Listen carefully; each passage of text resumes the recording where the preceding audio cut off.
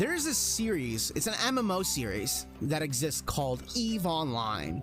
It's a perpetual MMO game that is very, like, from my understanding, very hardcore. It is a free-to-play game, but in order to maintain its free-to-play status, technically it's a subscription game. You have to play the game like a shit ton in order to actually unlock subscription for free, but it offers a free-to-pay path if you basically commit your life to the fucking game, is my understanding. I never played EVE Online, but I played its counterpart, Dust 514. Now, a lot of kids nowadays won't know what that game is.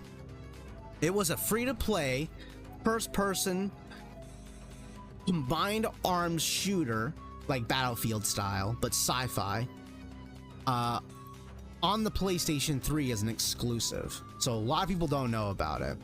The game, Dust 514, was sold as a very ambitious title.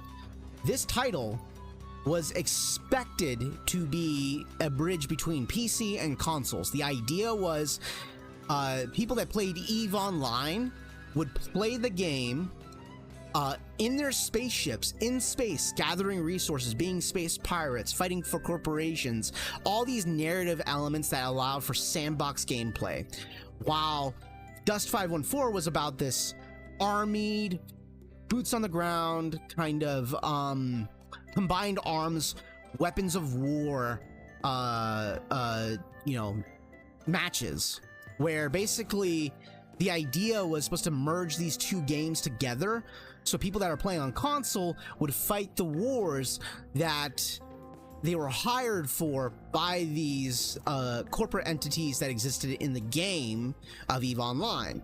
So the idea, the narrative storytelling part, was that you're basically purchasing all these soldiers in the console side of things, and they would fight the wars for you, and you could support them by, like, dropping bombardments onto the enemies on the PC side of things. So while people are fighting each other and slaying each other, you would have these random bombardments that would drop every once in a while. Not random, but called in. And it would be this massive battle between space and land kind of thing. Cool idea, cool concept, cool narratives, cool approach. It flopped. It lasted for as long as the PlayStation 3 was available, but as a game, it may have, what's the word, developed a cult following, you know? But the truth of the matter is, it flopped hard. And it flopped hard because the game was not making profit for a really long time, and the moment that they finally made profit off of their microtransactions, they shut the game down. I played the hell out of the game. I enjoyed it. I actually really liked the game, despite its flaws. And one of the things I really liked about it is the premise, the story, not the premise, but the promises that the game sold you on. This is the first time I ever experienced getting scammed by a free-to-play game. Luckily, I never dropped a dollar on that game. I very rarely buy microtransactions on paid games, and I very rarely buy anything on a free-to-play game unless I'm really, really enjoying the game. And I did enjoy it, but I knew that something was off. But I enjoyed playing it with the community that I had available to me. So, I don't trust the developers of CCP already right off the bat because of that experience. But it's entirely not their fault at the same time. They decided to develop a game on a hardware that was already halfway through its life cycle.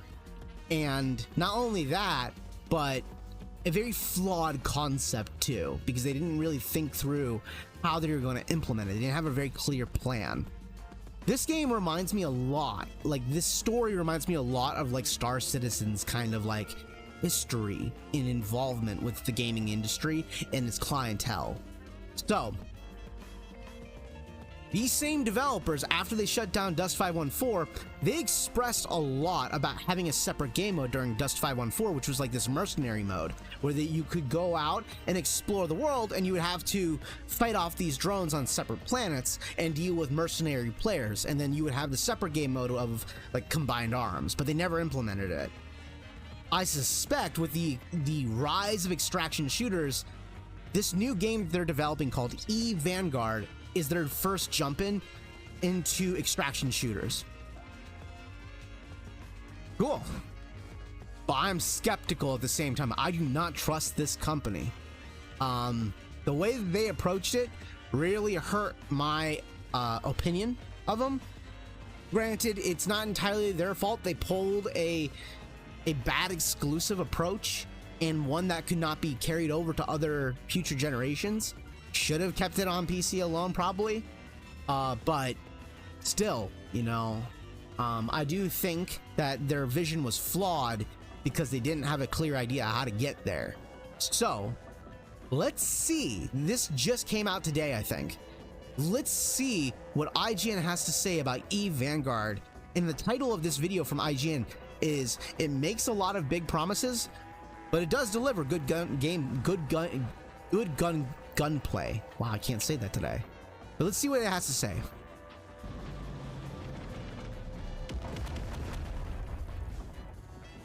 It's almost surreal to ride a drop pod down to the surface of one of EVE Online's tens of thousands of planets in the upcoming shooter tie-in EVE Vanguard. I've flown by them hundreds of times. Before we get to his commentary about what is being said, I'm not gonna lie, this game looks really early in development, like pre-alpha practically. The guns are extremely plasticky looking.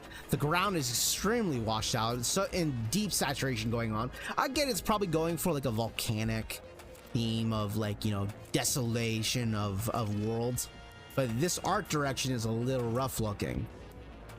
In the upcoming shooter tie-in EVE Vanguard. I've flown by them hundreds of times in the many years I've been playing the venerable spaceship MMO, but usually at astronomical distances. I always wondered what was going on down there. I would make up stories about it in my head.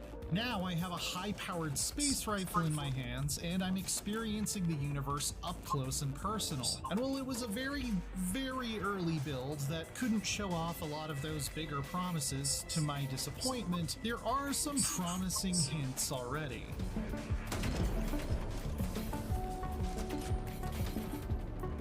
And to be quite candid, this is another game racing for the extraction shooter crown.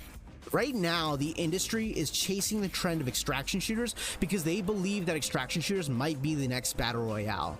And here's the thing, I don't think that's necessarily true, but I think that they're onto something. This is something that a lot of extraction shooters understand.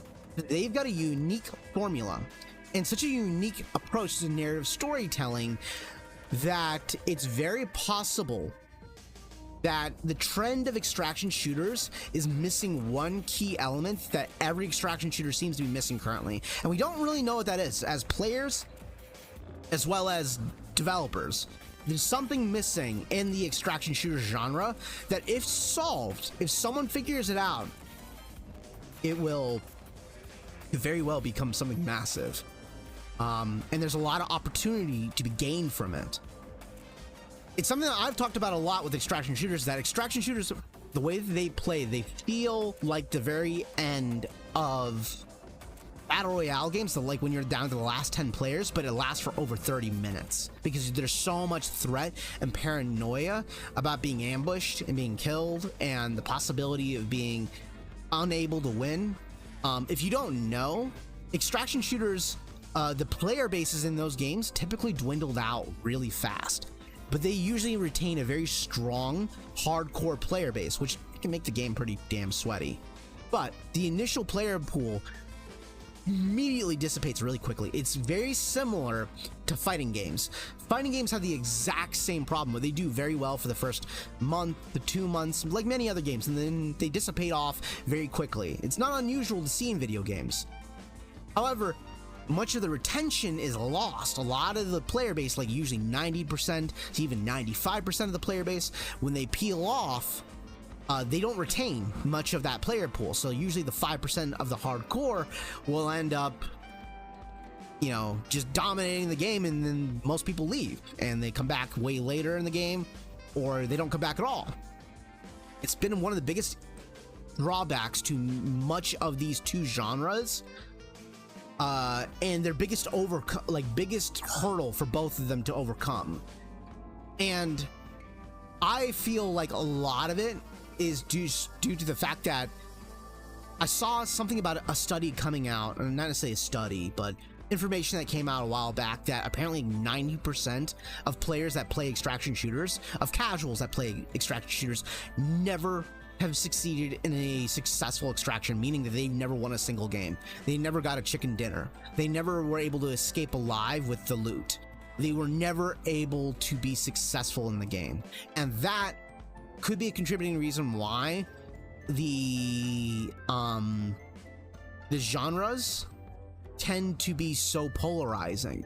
And I feel like the easiest solution is just put in some bots, so that way, you know, the retention rate increases, so that way people have some positive feedback to grow. Now, I understand that there's a lot of players that don't like the idea of fighting bots. They would like the satisfaction of fighting players is more enticing.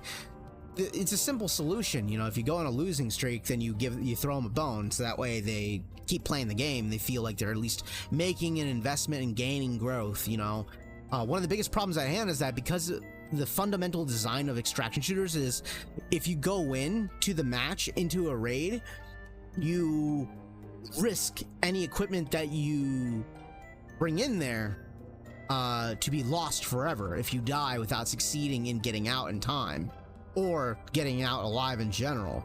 And because of that, you can lose profit, and because of that, you can eventually be kind of stonewalled out of the gameplay rotation, where you can't make income, you can't participate in other modes, you can't participate in the gameplay for the most part, and that can be really frustrating for a lot of people. And I think that the simplest solution is just throw in bots, and make sure that you increase the probability that you run into regular players based on your performance, so that way, if you're doing really well, then you should be playing more players. If you're doing really badly, reduce the number of players as time goes by. So if a game allows 16 players and you're at a 0.5 KD, then reduce the player pool down to like 6 players and have the rest be bots, so that way you increase the probability of that player successfully extracting, and so that those bad players eventually learn to get better at the game, or at least gain enough profit in the game to keep participating in the gameplay flow,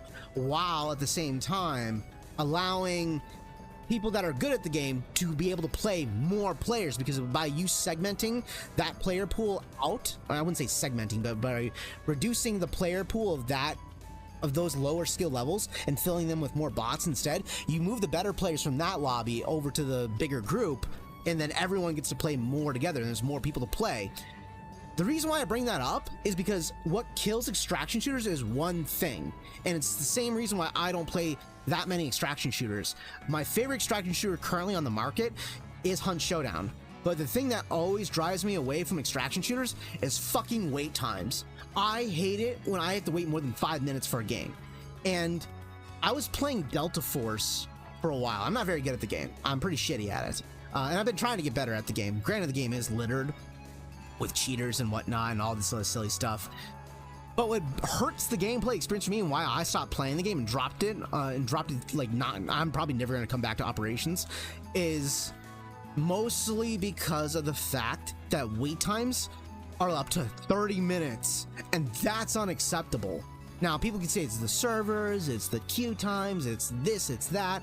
I don't give a shit what the reason is. What is very clear is that the player pool isn't large enough to sustain it, and this is where I have an issue. You cannot have this problem, which is, I'm gonna pull it up for everyone so everyone can see it real quick. You can't have this problem in a game where draw some things for you guys so you all understand what I'm talking about. You can't have this issue where players are...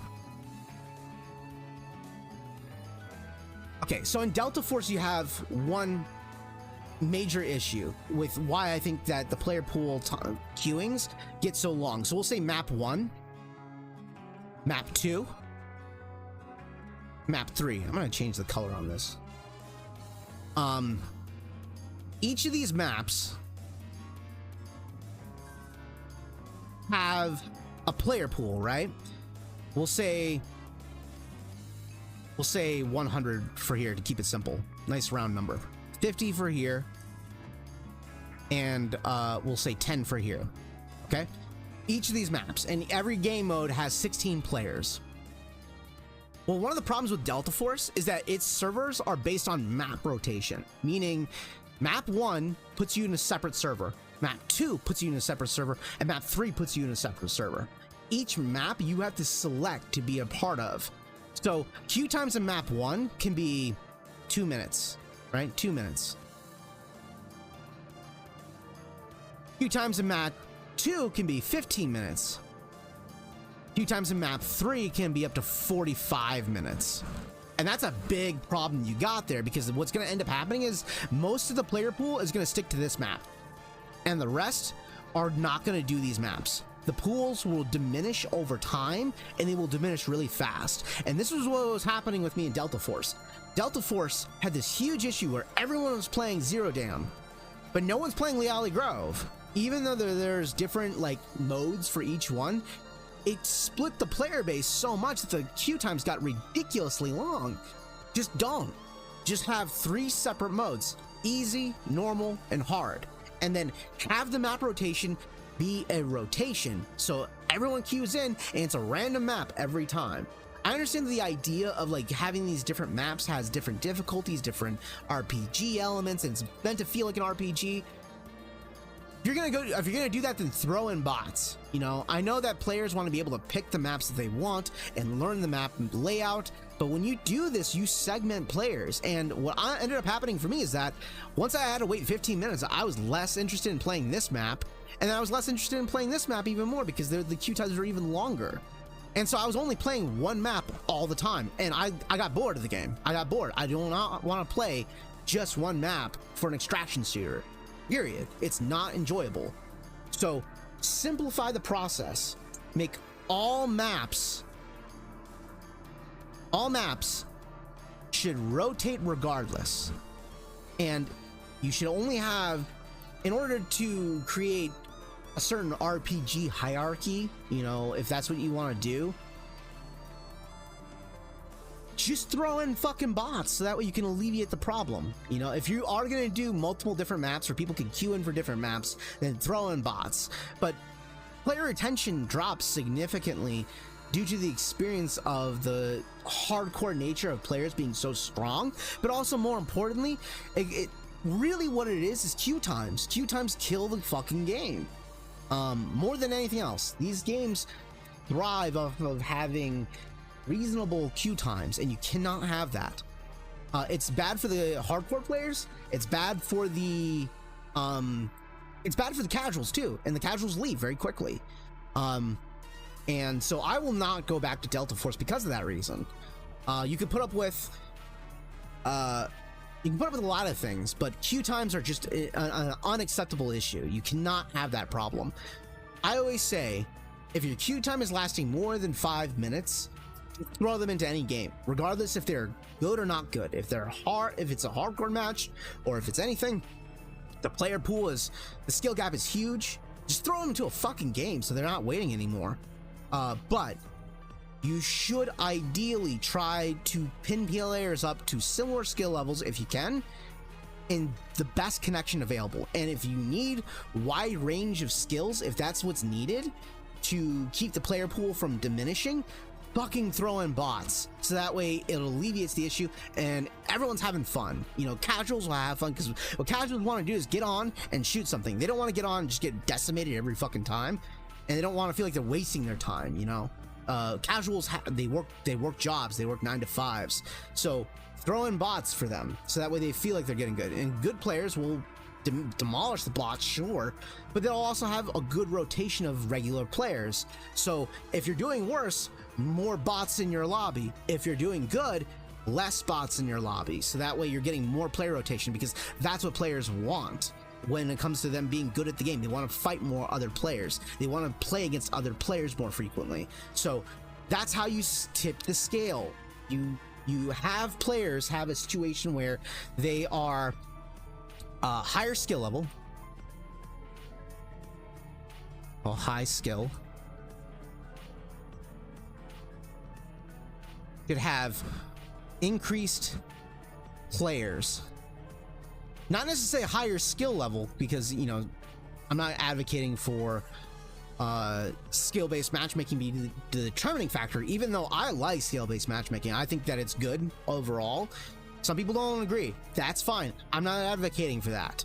I'm asking for higher player count if you're a high skill player. If in extraction shooters, because in extraction shooters there's so much variability. Sometimes you are a high skill player and you're just in the wrong place at the wrong time, and a low skill player happened to be smurfing, or not smurfing, ratting, and they're hiding somewhere and you had no chance, or in some cases you just get picked off at the wrong time. There's a lot of variability that you have to reduce, but you get access to a higher player pool, while lower level skill players should have access to lower players, and lower skill has access to higher bots, increase in bots. So that way lower level skill players are gonna want to stick with the game, so that way they don't run out of money. Because here's the problem, the intrinsic issue with extraction shooters: if you're losing a lot, you lose money, which means that you have less access to tools, which means less tools, which creates a snowball effect. And with less tools means less ways to express yourself and less ways to play. That's less fun, which equals less fun. And it's inverse for higher skill players, meaning more money,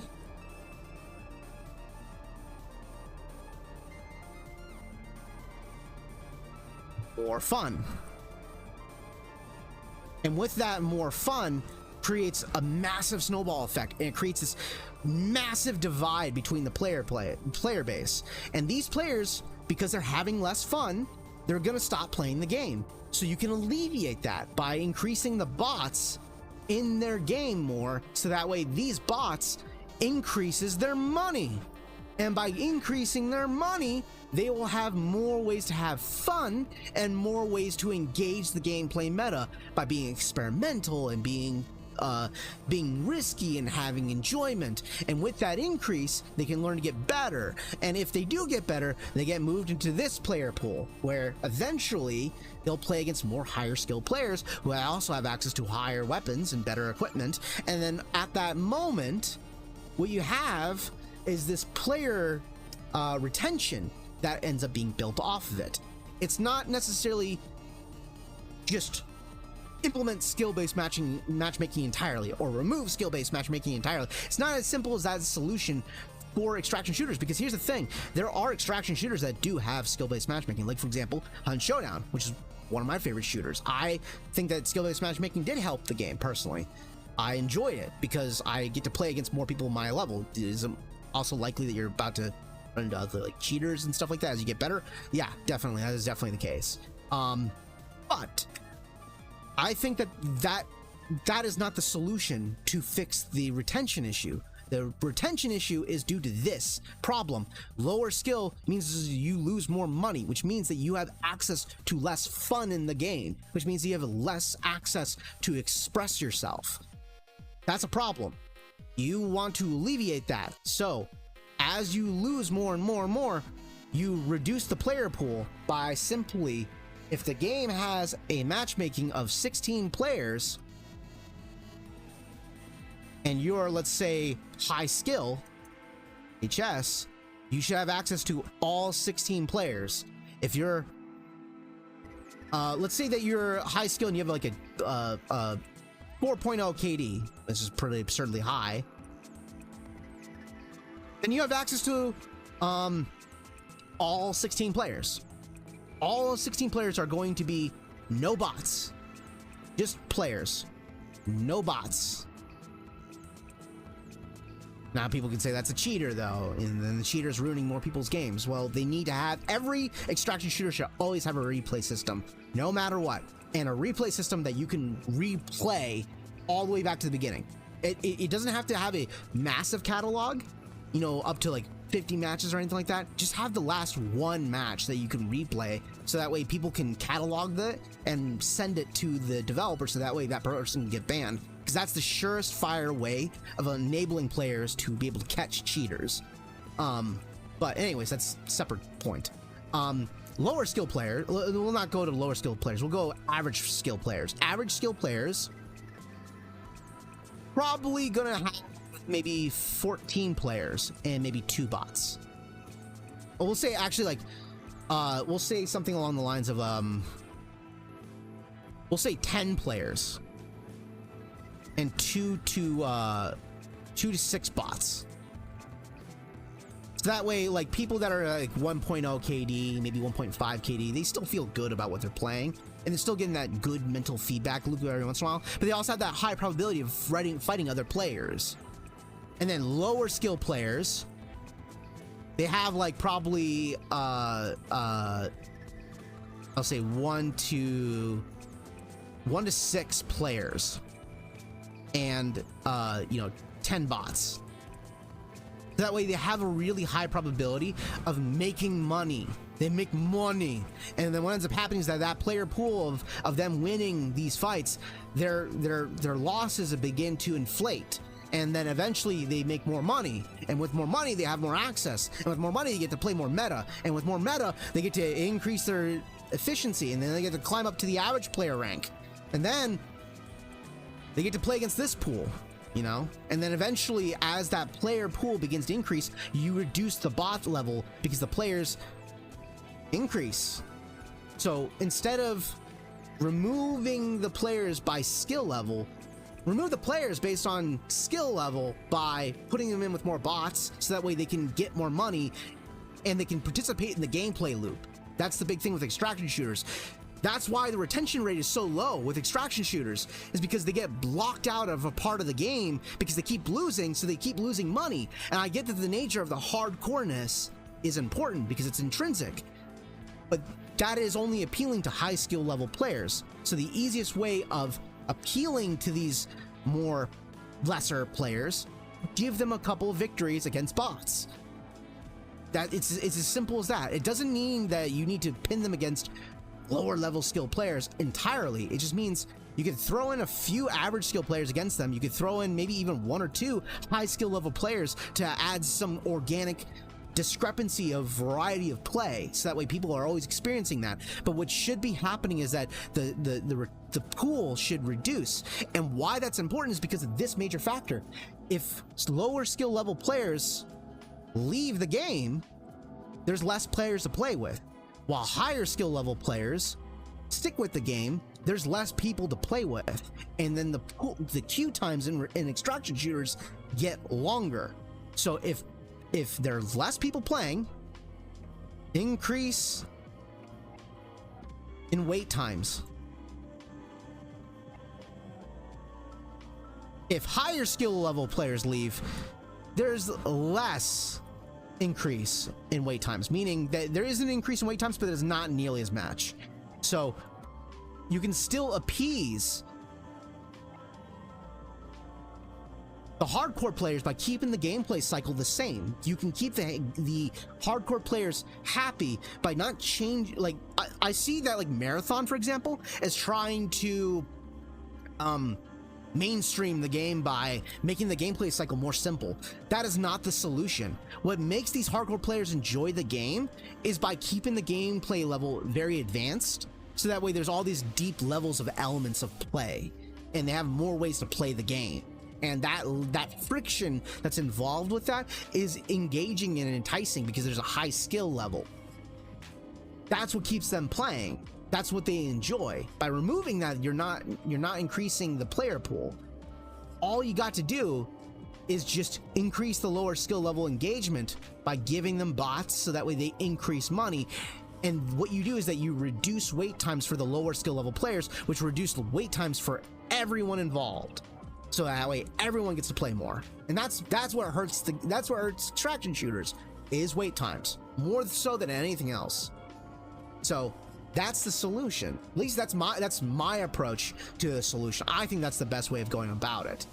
And you can create a queue for that, where you get a limited amount of casual mode. Like for people that want to play really, really fucking casually, where there's no risk at all, you should be able to get like 4 modes of casual mode where you make profit, and then but you can only queue into that if you're like below a certain income amount. let's say that like you make 5 grand and then you lose 4 grand. So you're down to 1 grand, right? Simple math, I know.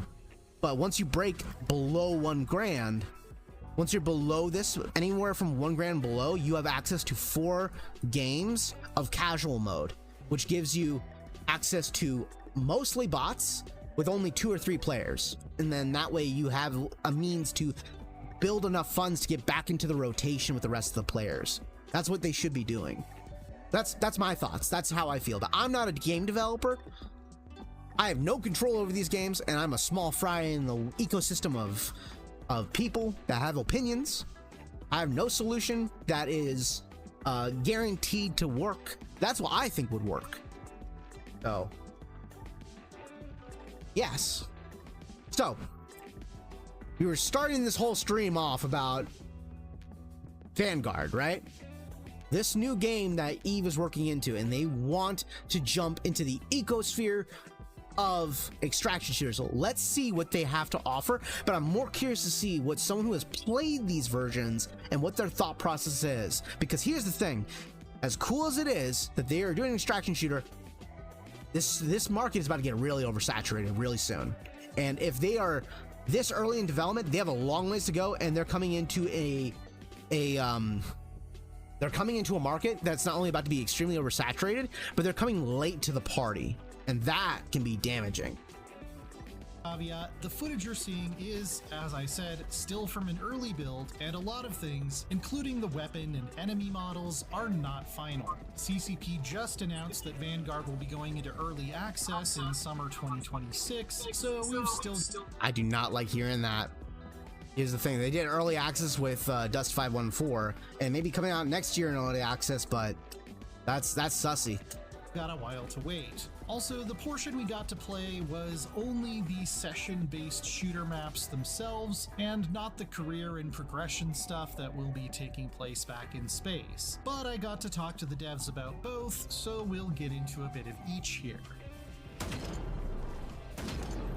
What exactly is a Vanguard? Well, like most things in EVE Online, it's some esoteric high-concept sci-fi that can seem a little bewildering at first. Your character is a semi-immortal infomorph, which is to say a digital human consciousness that lives in cyberspace. I guess you could say you're something like Johnny Silverhand from Cyberpunk 2077. To fight on the front lines of New Eden's many wars, you upload yourself into a powerful I've been a little bit of spoilers for me there, because I haven't played that game yet. Soup of biological matter for each mission. They're not free, but you can call down a new one in the middle of a mission if the one you're in gets blown up, explaining how you can respawn over and over. Oh, they have the combat rifle. I wonder if they'll have the railgun in this game. Cannon fodder to Master Chief, the devs said you can think of war clones as not exactly superhuman, but more like the absolute peak of human ability an elite athlete could achieve. They are renowned across the galaxy, and running into another player-controlled Vanguard on a deployment is meant to feel like a mini boss fight.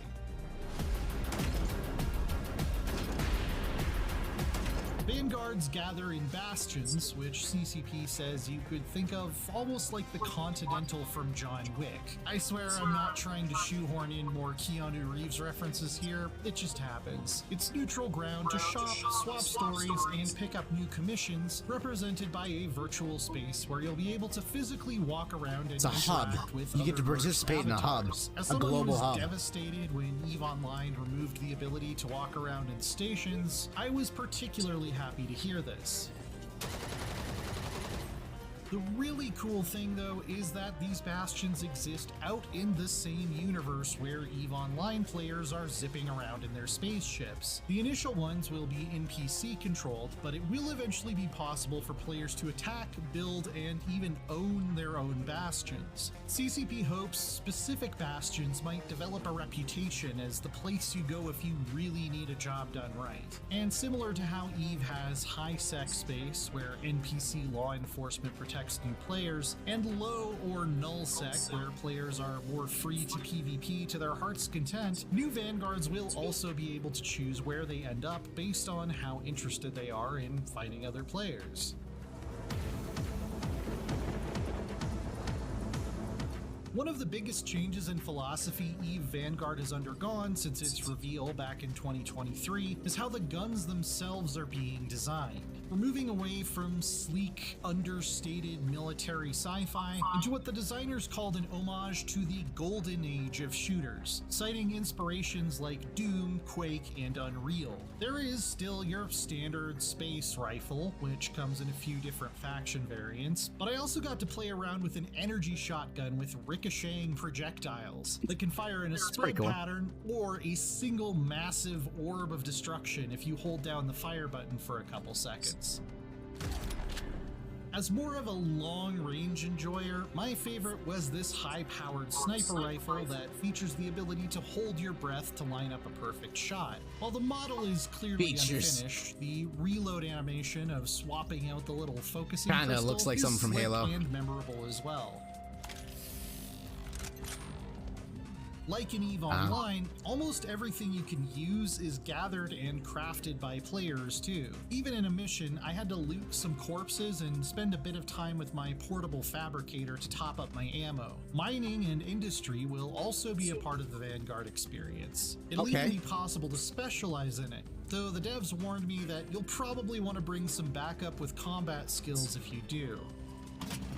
You might see me switching weapons with a debug menu here, which was just for the... Here's one thing they also got to implement. They got to implement a solo mode. Solo modes, the way to do it is just simply reduce the player pool. If you have 16 players on one map and one raid, reduce it down to 6. Reduce it down to 6 to a fewer players, and that way people can make profit. They make less profit with 16 players, since there's more opportunities to slay other players and take their equipment. But reduce the player pool so that way people can make profit and will have a good time. You can have certain maps to do that, you know, certain maps that have more player pools than others, but you know, if you make the game where you have to have someone cover your ass while you do that, it makes it hard for average players to participate in other avenues in the game. You know, you want all avenues of the game to be accessible. It's just the skill ceiling should be high. That's it.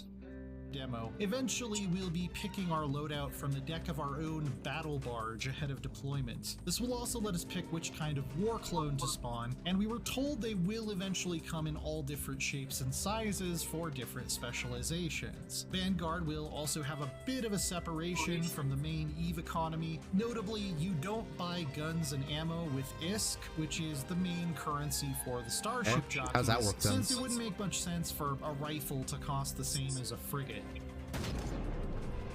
There absolutely will be ways for players of both games to work together and benefit one another symbiotically, though. Some materials Vanguards can access planet-side might not be abundant in space, for instance. Another example I was given likened it to Star Wars Rogue One or Return of the Jedi, where an elite ground team might have to take down a shield generator so that the fleet above can attack a fortified station.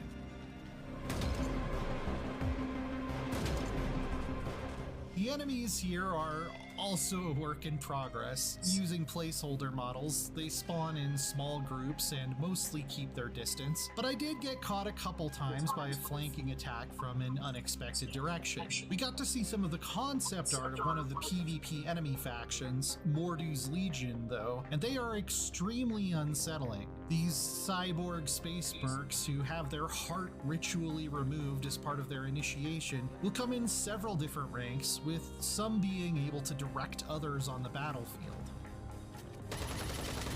See, this is where I don't like about CCP. This is where I get frustrated, because I've seen this little trick of theirs before. They sell you on concept art that's not in the game. And this is where I get frustrated with them, because they sold a lot of concept art in Dust 514 and they never followed through on it. So whenever I see this now, I'm very skeptical. Until I see it in the game, I'm not believing it's real. Ranks, with some being able to direct others on the battlefield. Which it looks like that is in the game. On any given deployment, you might end up running into these NPCs and other players. These arenas are massive, open-ended, and varied, a combination of procedurally generated terrain and planetary features, and handcrafted battlegrounds featuring the wreckage of some of EVE's recognizable starships. In this mission, there was debris actively streaking through the atmosphere as we fought, which was really awesome to watch. That's really cool. For now, EVE Vanguard is still a lot of wills, shoulds, and hope tos. It is playable, and the gunplay is a bit unpolished but satisfying. The environments are impressive, and weapon designs are diverse and bombastic. It's just hard to get the full picture without actually experiencing how it will tie into the EVE Online shared universe or the social features, which are definitely the most exciting parts of the whole idea. For that, we'll have to wait until the middle of next year when early access warps in, at which point both games will be connected at last.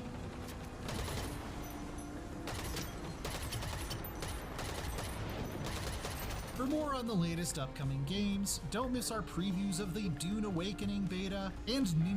Okay, so that's our brief look into it. It's definitely something that's still pretty early in concept and early in idea. The biggest thing is that, like, I'm really excited for our creators. I'm really excited for the game. My only thing that I'm worried about is when the player pool begins to diminish over time, which it will. Every game goes through it. Will the queue times extend? Because that is my biggest gripe with a lot of these extraction shooters. Queue times can get way too fucking long. And yeah, you can throw me into a match with a really high skill level player and I'll probably get my ass whooped, or a cheater and I'll probably get my ass whooped. Fine, whatever, I can deal with that. But I cannot deal with 15 to 20 minute long wait times to over 40 minutes long. It's not going to happen. And if players need some positive feedback in their game in order to feel like they can participate in the gameplay loop, throw them bots. Throw them bots. So that way they can participate in the gameplay loop and they can make profit to participate in other parts of the game. You don't want people to not have income in the game. I understand a lot of players would say, like, that's a skill issue thing, and it is, you're right. But you don't want them to leave the game. You want them to continue to play the game. So throw them a bone a little bit so that way they can play, but don't throw them a bone at the expense of another player. You get what I mean? If you sabotage another team using SPMM, which isn't sabotage necessarily, you're just pinning people up with same skill level, but let's say that you sabotage a team by, like, a team of 3 by putting one high level skill player against 2 low level skill player with 2 low level skill players, and then everyone else is really high level or like medium level, then that player has to carry the other 2 players maybe. That's just a theoretical concept, you know. So instead of sabotaging that player or players, just give the lower level player opportunities to play against other bots and fewer players, so that way he can still get against PvP matches, but he's just less likely to run into it, and he still gets the good feedback loop, you know, so that way it just kind of tilts it out a little bit, and then everyone has access to the higher player pool, and then you can segment people based on skill at that level using any other matchmaking system that is good, you know. Prioritizing connection most is the most important thing in extraction shooters. You cannot cut on that, but definitely give the lower level players something to build income with, so that way they can get better equipment, better gear. They contribute to the better economy of the game too in that way, because then higher level players always have better equipment, and then when the lower level players have better equipment after playing in that lower pool, and they eventually get back up and start killing more players because of their better equipment, they'll eventually run into those other players eventually because they have better equipment, and that participates in that economic element of the game. So it's the solution that I think that all extraction shooters are missing. Just throw in some friggin' bots so that way people can, like, inflate their ego a little bit, you know, so that way queue times aren't so damn long. That's the primary issue at hand. You know, queue times are just way too damn long. But yeah, enough about that topic.